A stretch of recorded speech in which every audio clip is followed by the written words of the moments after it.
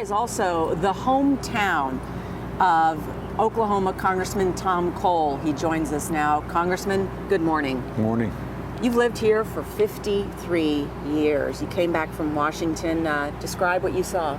It's just devastating. Literally, we visited a tour with the congressional delegation, Governor Fallon. First stop was Plaza Towers Schools, and I've been there a million times. I literally used to keep the grounds there when I was in college, and it's a polling place, so it's a pretty normal place to be.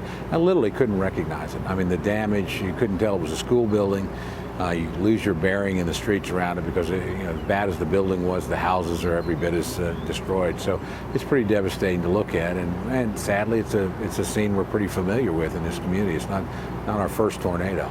Your mayor here described Plaza Tower Elementary as ground zero for this tornado. That school just demolished. How is it that the schools here didn't have safe rooms? It's an older school. The new ones are built with them. It still was, by the way, the strongest building in the area. I mean, it's the place you would have gone, honestly. So everybody made the right decisions. But it's just something I think the legislature is going to look at, and the local people will certainly look at. Normally, again, it would have been a fairly secure location. But when you've got an F5 above ground, and we now know that's what we had, there really isn't a very good location. But should there be underground shelters at schools here in Tornado Alley? I think Alley? that's certainly worth looking at. I mean, each area is different. Building underground here is pretty tough. Most of these houses don't have basements. Now, a lot of them will have safe rooms or will have, underground shelters, but full-grown underground facilities are tough. But again, I think your point's well taken, obviously, and tragically made a couple of days ago here. What about disaster relief aid? What do the people here need?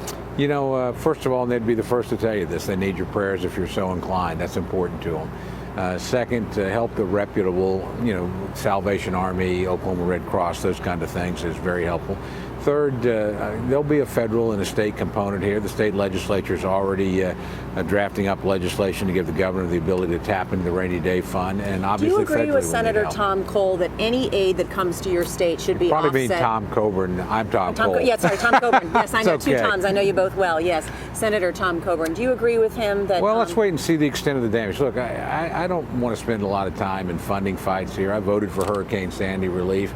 There's always better ways maybe to do things, but once the disaster happens, particularly the people on ground need to know they're going to get help.